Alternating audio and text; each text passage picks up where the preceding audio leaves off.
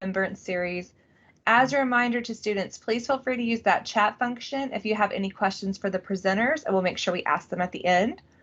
Also, at the end of the session, look for a link so that you can get credit for attending this.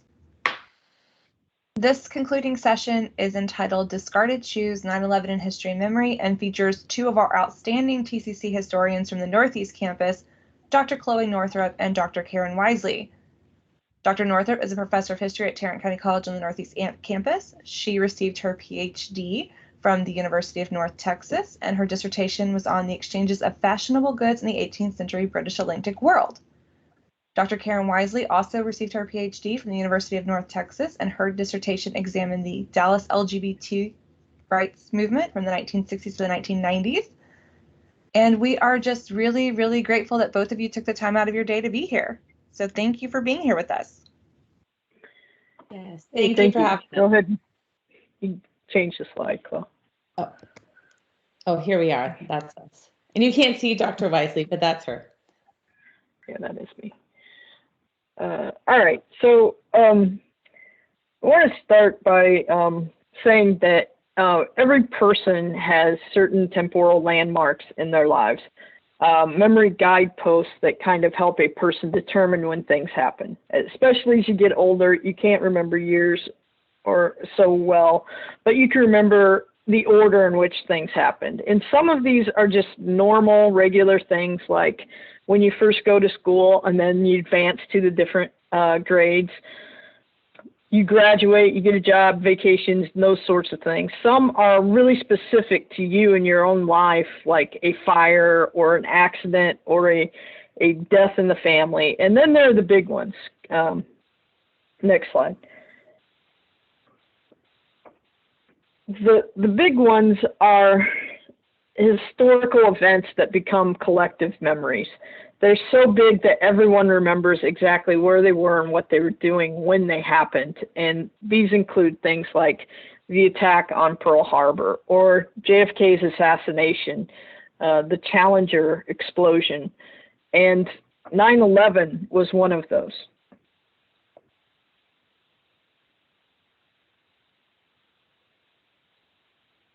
A few years ago, I was doing an oral history interview with a woman on an entirely separate topic when she mentioned living in New York in a number of years, for a number of years that included 2001.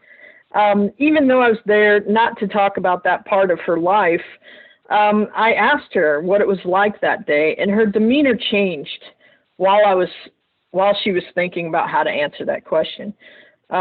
Then she spoke of what she was doing when the first plane hit, how she thought it was a movie playing on her television because it could not possibly be reality. Then she got very quiet and she said this, quote, "Lots of shoes. I walked down there. It was covered in gray powder, and it was like 4,000 degrees. And you just got to think, am I walking in human remains? Because there were shoes everywhere, but no people."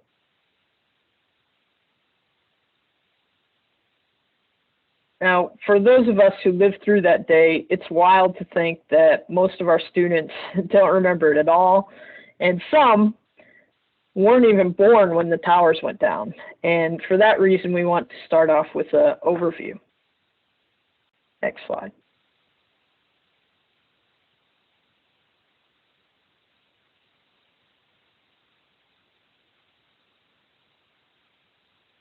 You there, Chloe?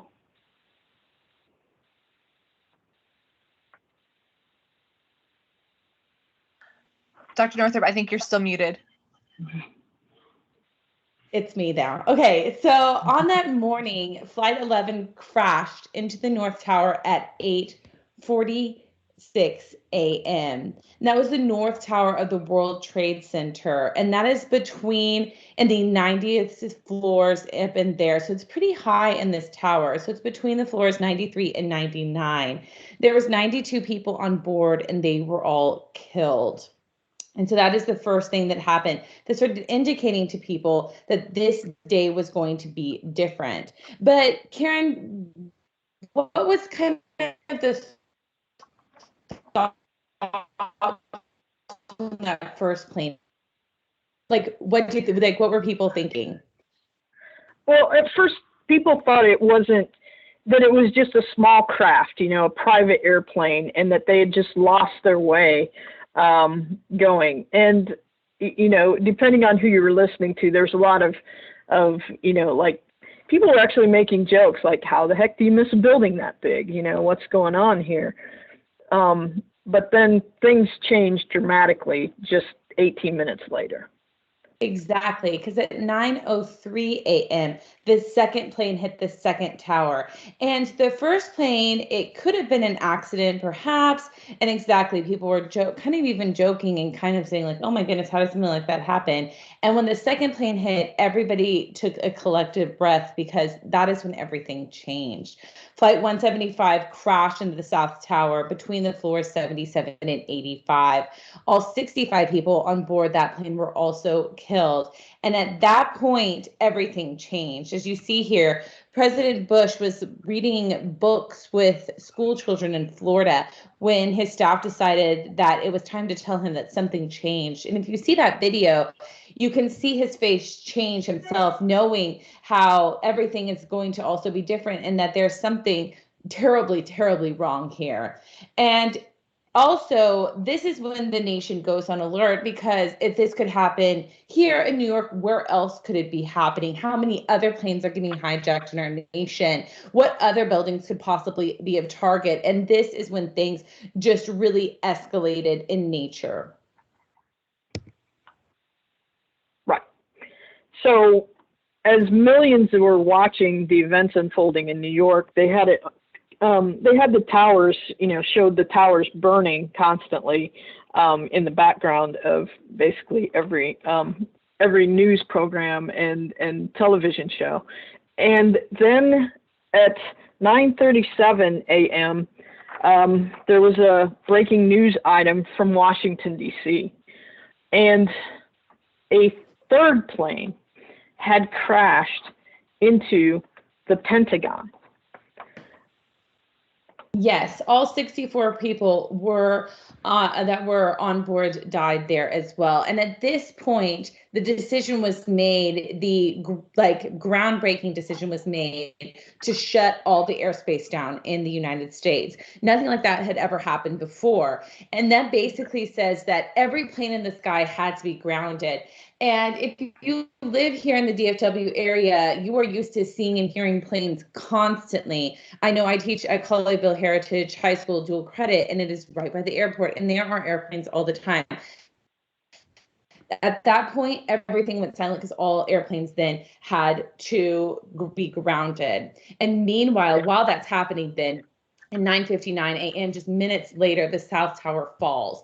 And people watched basically in horror as this building collapsed before their eyes on national television. Yeah. I was a little bit older than probably everyone here.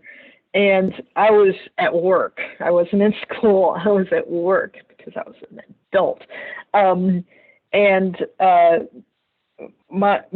Our boss wasn't going to let us stop working so that we could all watch this. But I was on my 15-minute break, standing with a group of friends, and I was standing facing the televisions because I was always a historian and always wanted to see what was going on. And when I saw that tower start going down, I kind of like tapped my friends and I was like, what just happened here? That tower just disappeared. And they were like, no, you're just probably seeing a replay of the planes hitting. And I was like, no, that disappeared. And they turned around and we were all just stunned. And then, of course, our boss came in and unplugged the TVs and told us to get back to work. But it was like there were no words for that. And we didn't even have time to finish reacting to that when less than 5 minutes later, a fourth plane crashes in Pennsylvania. Exactly. At 10:03, flight 93 is going to crash in Pennsylvania. And at this time, it wasn't the target was going to be, and there was a lot of then questions: where could they have been heading? What could their target have been? If you see this map here, it's very close to Washington D.C., where perhaps the White House, perhaps the Capitol building. There was a lot of different ideas about where it could have been heading, and all 44 people on that plane were also killed in the crash as well. Yes, and later. Sorry, yeah, go ahead. Well, later on, we will learn that plane crashed in Pennsylvania because the passengers on board had fought back against the hijackers because they had heard about the events in New York and the Pentagon, and they knew once their plane was hijacked that they were headed somewhere. And so they made the very courageous decision to fight back and crash the plane in a field rather than, seeing if it was going to the White House or the Capitol. So those people were very, very courageous. Exactly. And then shortly yes. After that, then the South Tower fell, or I'm sorry, the North Tower fell. I messed that up, but the North Tower fell. And minutes later, basically. And I think once you look back at this, it seems like it was such a long time throughout the day, because when you're watching it minute by minute by minute, and it's interesting because in my mind, this stuff took almost all day long to watch. And looking back now, it's such a short period of time really between when the first plane hit and when the North Tower fell. And so basically, this is a quite short period of time where everything changed. But as you were watching it unfold, sometimes, minute by minute on TV, which if you were around my age, I am now 35, I was in high school watching this and we had the TV on. It seemed to just kind of be such every single minute just seemed like more things were happening, and that it was just time kind of slowed down in those moments. And there's a lot of studies that are done about history and trauma and memory. And it's interesting because looking back, and I'm sure Misty and many other people who are in here can attest, there's so many days in that year where you don't remember any single thing at all from that time. And yet you remember in probably interesting detail or deep detail about what happened here on this day during this time. And that's something we kind of want to talk a little bit about today, is about history and memory. And what does this all mean to us, especially looking forward 20 years later? So this is like what Dr. Wise was a little bit then about the aftermath. Yeah, since interviewing that woman about the shoes, there were a lot of other references to shoes that people saw all over the place, and some of those shoes we do know the stories behind, because a lot of them were discarded by women, especially who were wearing heels, who very quickly realized as they were running away from that gigantic plume of smoke and debris that they could run faster without their shoes. One particular pair of these heels, in fact, resides now in the 9/11 Memorial Museum's collection, because the woman who wore them worked on the 97th floor of the South Tower, and when she heard the first plane hit the North Tower, she began to make her way down the stairs. Before she even made it all the way down, the second plane had hit her tower, and she took her shoes off and began to run, but she carried them with her. And she ran through all of the debris, the glass, the smoke, and everything else, and then put her feet back in them, and her feet were bloodied from the journey, and these shoes have blood all over them. There are so many stories like that, and a lot of them have been told over the years. But let's talk about how we are remembering them as a society. I haven't been to New York since the towers have been down, but Dr. Northrop certainly has. Can you tell us what it was like there? Yes, I went the first time to New York when I was in high school, and my mom and I went, and I remember at that time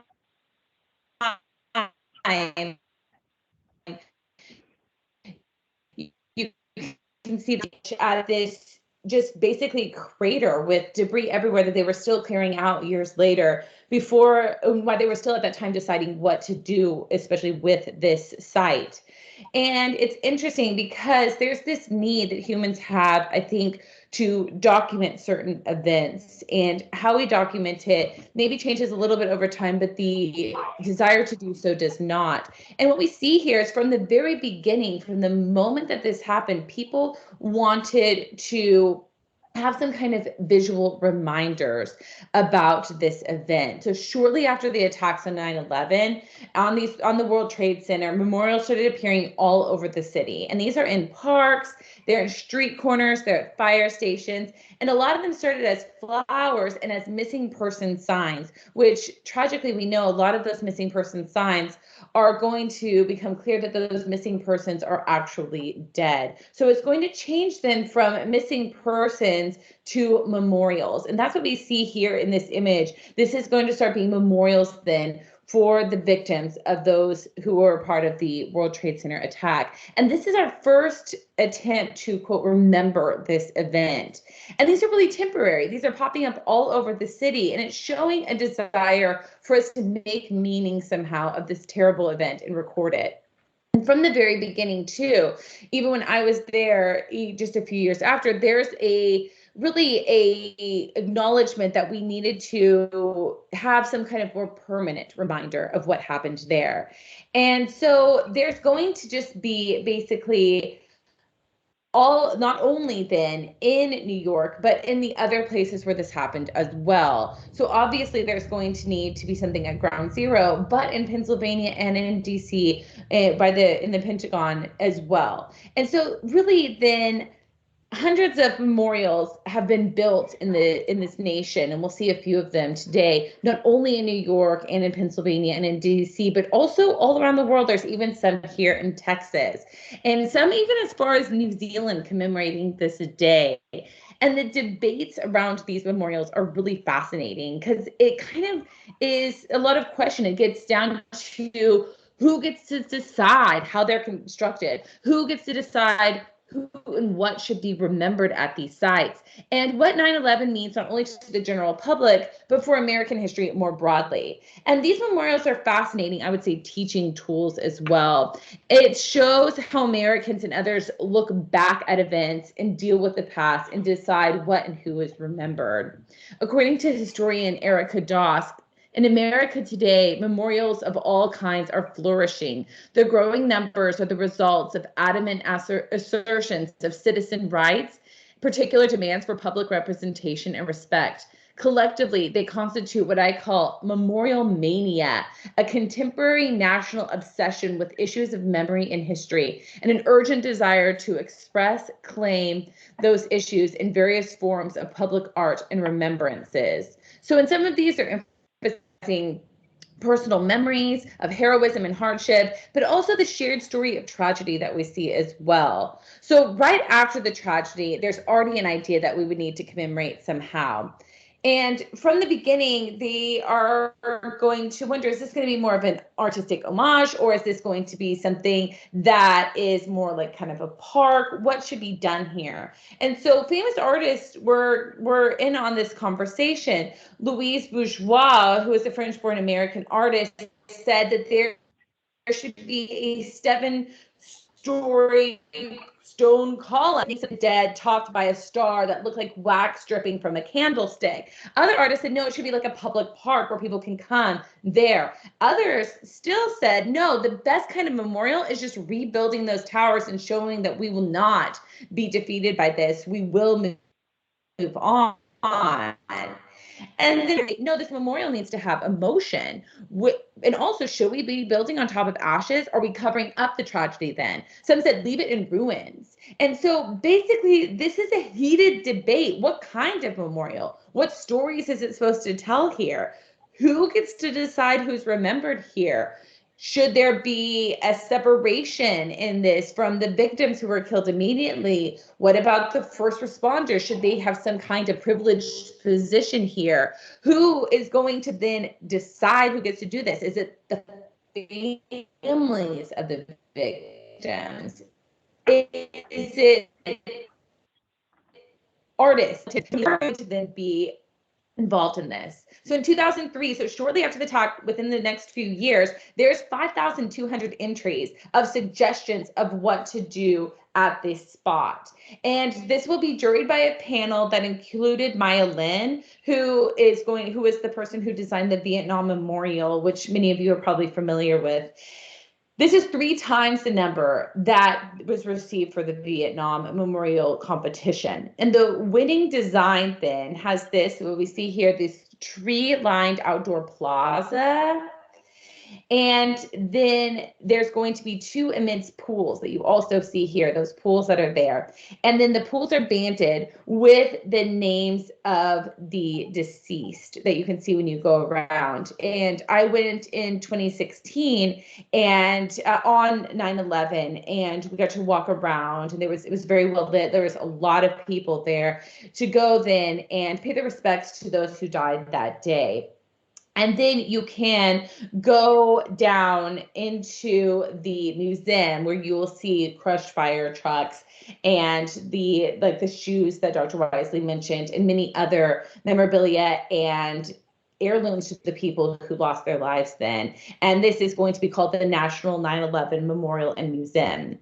Now, again, there's controversy. Should then the first responders have a separate place from the people who died there? And others are going to say absolutely that this shouldn't be done basically at all. There's petitions saying no. Now, one thing that really gets people going, in summer of 2010, there's going to be a huge controversy over Park 51, which was a Muslim American community center. And in that, there was a plan for a Islamic prayer space inside of it. This was not a mosque. However, people were outraged. And basically they said this was hallowed ground here in Ground Zero. There's no way that this should be there. And so it just shows us how these public debates, really the desire to remember 9/11 is still really unresolved about who gets to tell the story and what story is being told. Some of the other 2 memorials include the Pentagon, and this was established in 2008.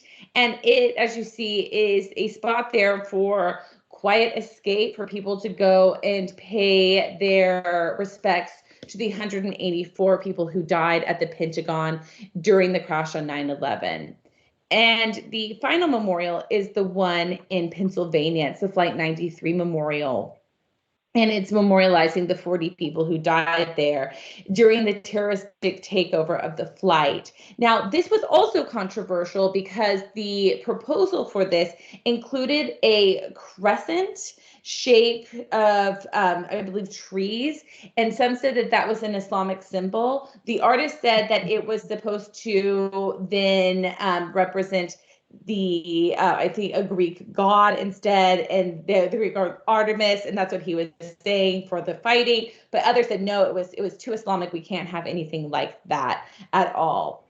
And so they replaced that crescent of trees with now a circle of trees. And this then is a site that you can go and pay your respects there. So these are the 3 different memorials that we have in a way for us to keep remembering. So there's a lot of people that go and visit these sites, but showing that there's not a national narrative of 9/11. We might have all seen the same things those days, but the ways that it's been interpreted has definitely been argued over time, and it still hasn't really been resolved either. And there's even a debate, is visiting these sites what they call, quote, tragic tourism. But 7 million people visit each year in New York, and about 230,000 visit each year to the Flight 93 Memorial. There's also other ways to remember. You too can go and visit these different memorials that are near us here in the DFW Metroplex. As you see, there's one in Kennedale. There is one in Grapevine, and I posted a link for the different events that they're doing, that the Grapevine, I think, city is hosting for 9/11. There's one in Watauga, and there's a 9/11 tribute and exhibit at the Fort Worth Museum of Science and History. They're letting everyone come in for free admission tomorrow to go and see that exhibit. So if you live near the Fort Worth Museum of Science and History and you're comfortable with getting out in public right now, mask up and go perhaps and see this, because it is free tomorrow. So the links in there will give you more information. And one last thing I want to say about the way people remember things. Sometimes it's not through going and visiting these museums and stuff, but it's through other ways. And one that I find really interesting is the stair climb, a memorial stair climb. And this is a thing that first responders do, many first responders, and really other people can as well. So basically, you're going to go and you can then participate by doing the stair climb of 110 stories, which is the same amount that the firefighters who went to the World Trade Center did, the 110 stories. And basically, it's going to honor the 343 firefighters who passed away during this. And so that's just one way that people continue to remember. Dr. Wisely? Yeah. So another way that we remember things in the United States is movies. And it did not take long before a lot of movies dealing with the topic of 9/11 and its aftermath began to crop up. And the question always is it too soon for that?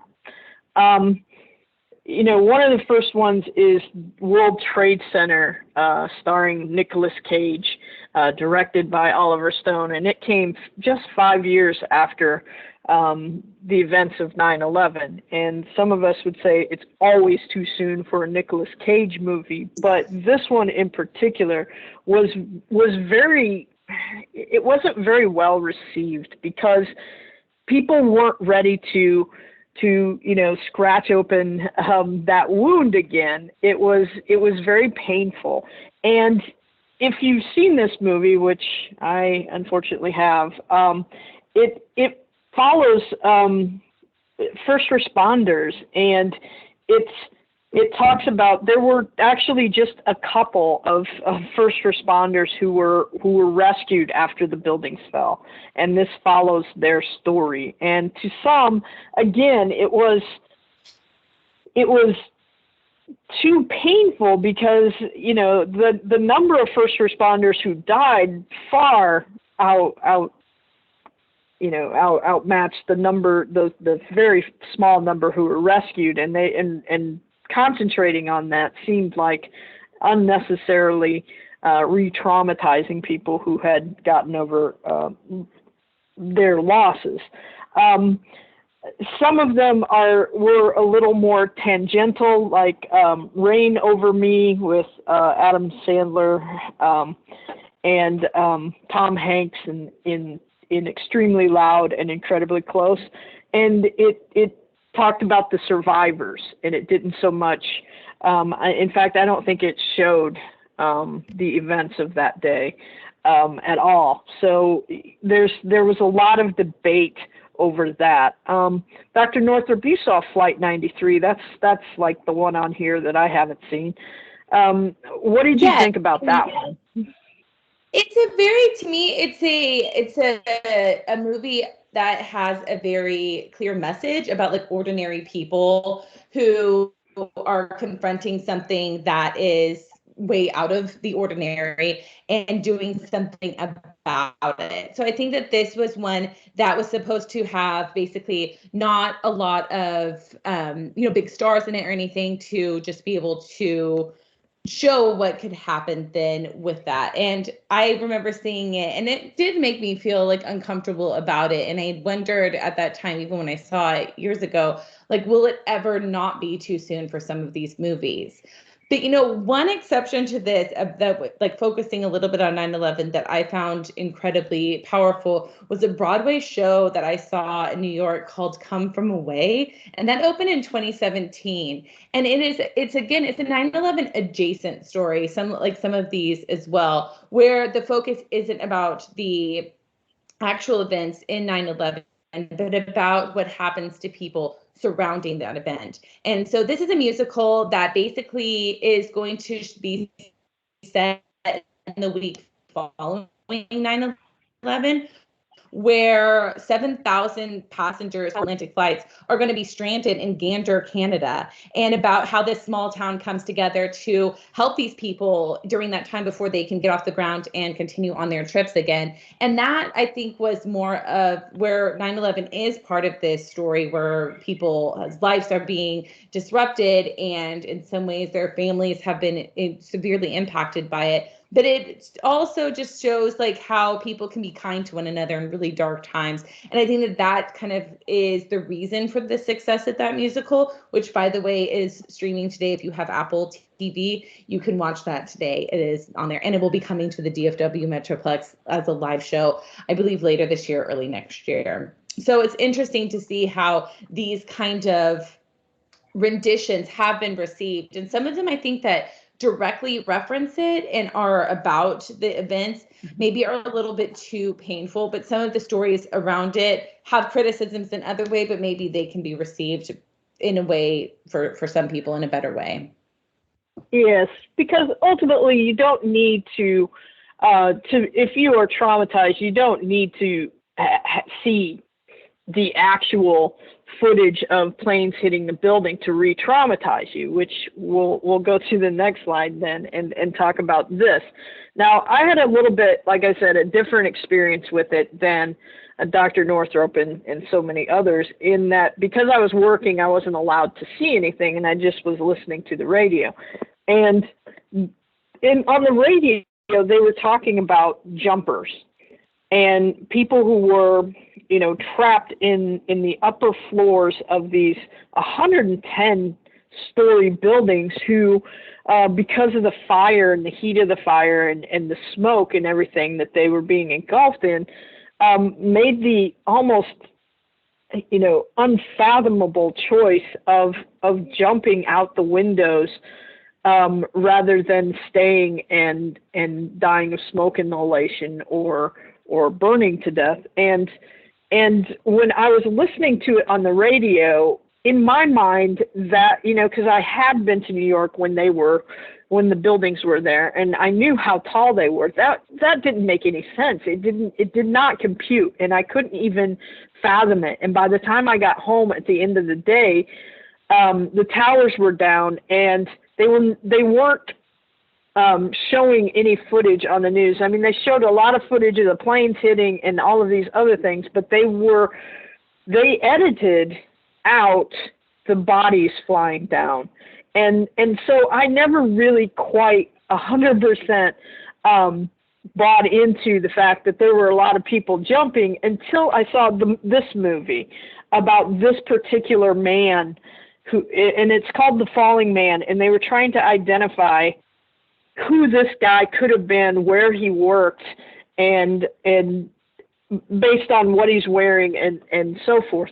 And when that happened, it just like all of the stories that I'd heard about the people falling and jumping and everything just came flooding back into my mind, and it kind of was like reliving the trauma for me.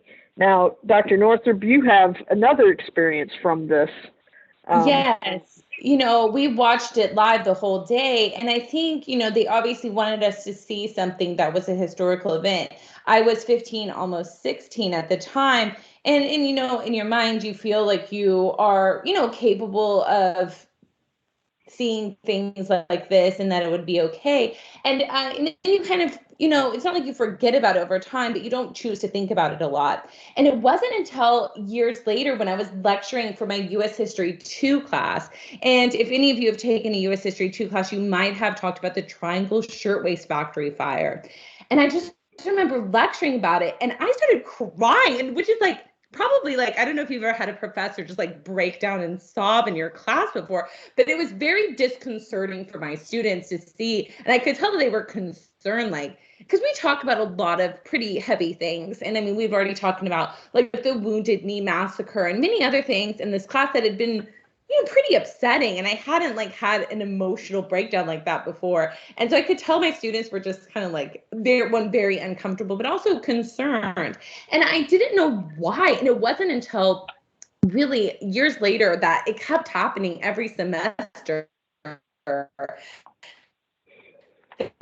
I started thinking, talking about the people jumping out of the building, I think it triggered and reminded me. And it was really upsetting still today. Yeah. Yeah. So there's a lot of things that have to be addressed, of course, when we talk about an event like 9/11. There are a lot of myths and conspiracy theories that go along with it, but there are also real people who are not, the most savory of people who take advantage of things like this. Some of the myths and conspiracy theories that come along with 9/11 is this looking back at, at September 12th, like it was a utopian, wonderful period of time when everyone came together and held hands and sang Kumbaya. And the reality of it was a little bit different, because there was a sharp uptick in hate crimes against Muslim people. And to ignore that is to, is to, like I said, paint this with a utopian brush. And I think that is something that needs to be talked about as well. Where I worked, we had, some Muslim workers with us who, there was this one woman who worked directly with me who was she was quiet, she was small, she was the sweetest woman ever.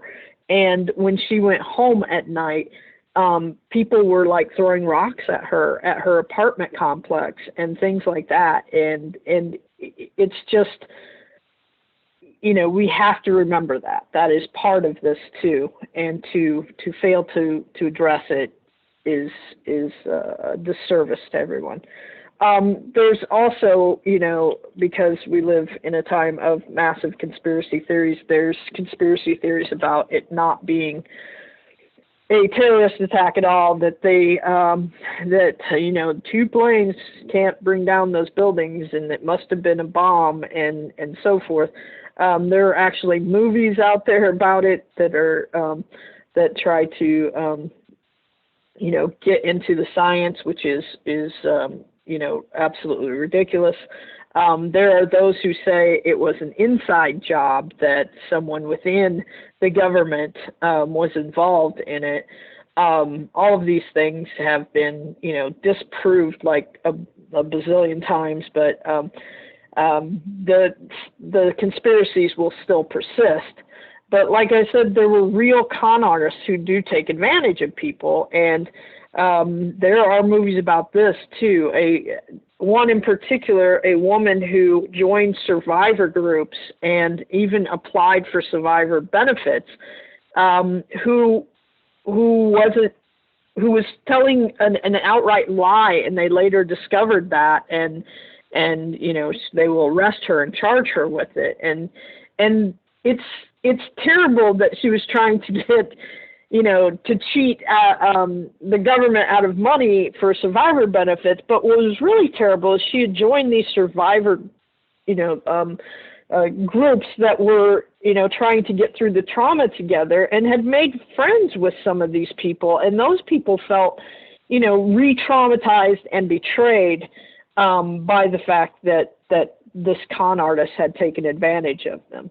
So there's a lot of that. But the really big question and the big picture is, how do we teach this, Dr. Northrop?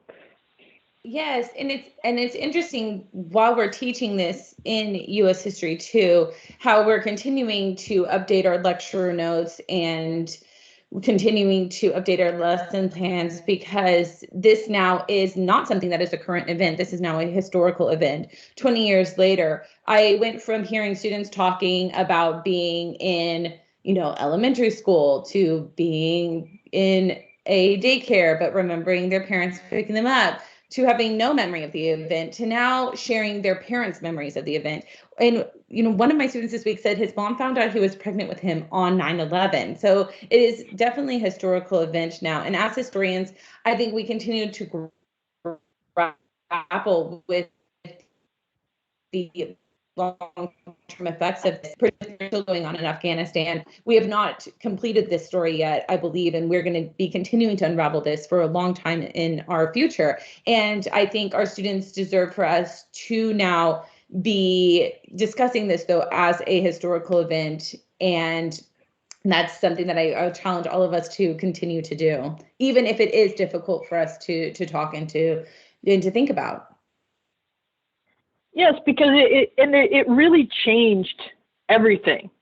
I was joking last night with Dr. Northrop that probably I know definitely our students don't remember a time, but we used to be able to go directly to the gates at an airport to greet our family members when they came home or what have you. And it led to more airport security and not having to wait by baggage carousel instead of at the actual gate.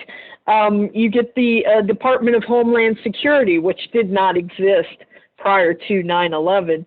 There was a severe economic recession. The airline industry was completely out of business for days. Hemorrhaging money and had to be rebuilt. Several small airlines would go under because they couldn't survive.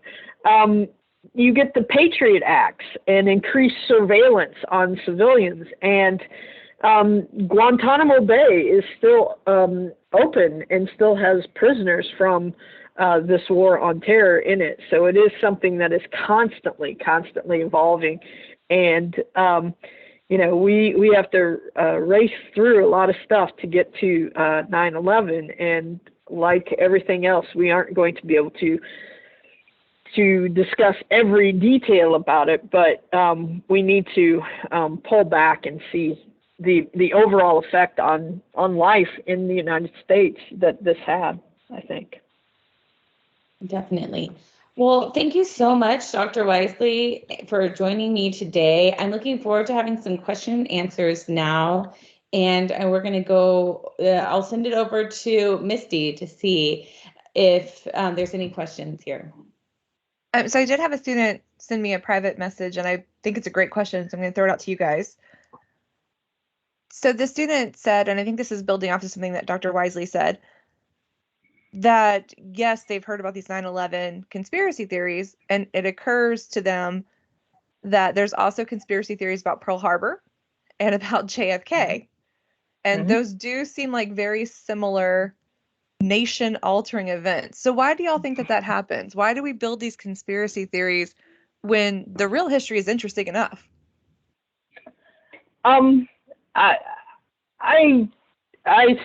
I don't want to say I study conspiracy theories, but my friends kind of make fun of me for the fact that I do read a lot of them. And I read them for, like pleasure. I'm not like into all of them or anything like that. But I think the reason, if I had to quantify it, is because it's hard to wrap your head around something like this happening. And particularly if you live in the United States of America, where things like this aren't supposed to happen. Terrorist attacks like this happen in other countries all the time. And we sit here in the United States and they're like, oh man, those poor people. But we don't think it can happen here. The president being shot in broad daylight in a city in the United States, we don't think that can happen here. And so in our minds, in order to try to justify it happening here, it can't have just happened, and it can't just be chance that led to it. There must be some bigger thing. And I think that's why people are always reaching for that, is because they can't just accept that, this kind of thing does and can happen here. So I would think that's basically their mindset from what I see. This might be too specific, but do you guys have any idea how many memorials there are for 9/11?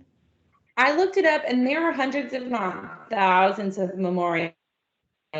Some of them are larger, and some of the building, much like how the Berlin Wall was kind of disseminated to become living memorials all around. The 9/11 tower, the towers that were destroyed in 9/11, too, have made their way across the nation.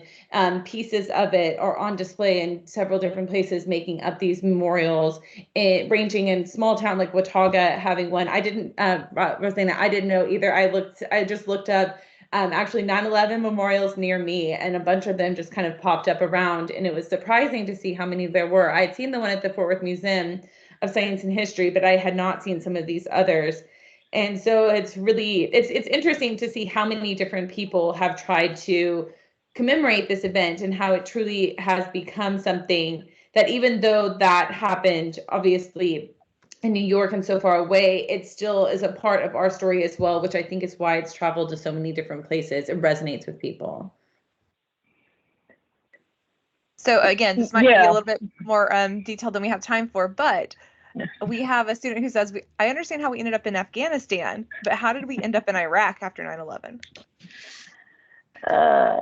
It's the overall war on terror. That's how I would describe it. And it became, less specific. Going to Afghanistan was absolutely to try to get bin Laden. Bin Laden escaped into Pakistan, and later will be gotten there. But as far as Iraq, it became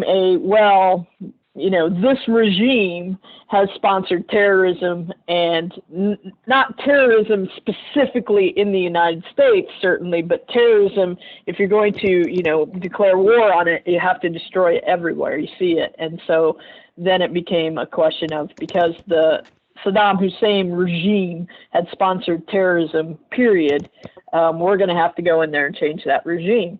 And that's, in a nutshell. There is so much more to it, but just in a nutshell, how that happened. That was very concise and much better than I could have done. Thank you, Dr. Wisely. Earlier in the chat, Spencer had said that he sees a lot of connections between the 9/11 attacks and then the reactions that we saw against the Capitol attacks this year. So I just wanted to throw that out in case either one of you wanted to comment on that. As a historian, I feel we need distance sometimes to be able for certain things to be processed. And so I'm not entirely sure. Karen, do you have another? No. I was going to recommend distance on that too. And all the information is now, until all of the trials and the people involved, until the commission that has been, the select committee that has been started to investigate it, until all the information comes in, certainly there are similarities about how people remember it and so forth, but we're as historians, we're going to wait a little while for the information to come in before making any kind of comparisons, I think. I know that always annoys people about historians, but it is part of what we do, and it's part of our craft. If you want to talk about the here and now, you have to go to the political science department, and they will be more than happy to do that with you. Yes, they will. I don't see any other questions from students in the chat. I hope everyone's able to go, if you are comfortable and able, that there are several different places you can go tomorrow and visit. There's a lot of different services as well. So if that's something that you're interested in, look it up. Watauga should be close to some of you if you're on the Northeast campus, not too far away. Maybe go there, or the Fourth Museum of Science and History. There's a lot of different opportunities to, if you have kids, if you have family, to go and learn more about this event at these sites tomorrow. Last I counted.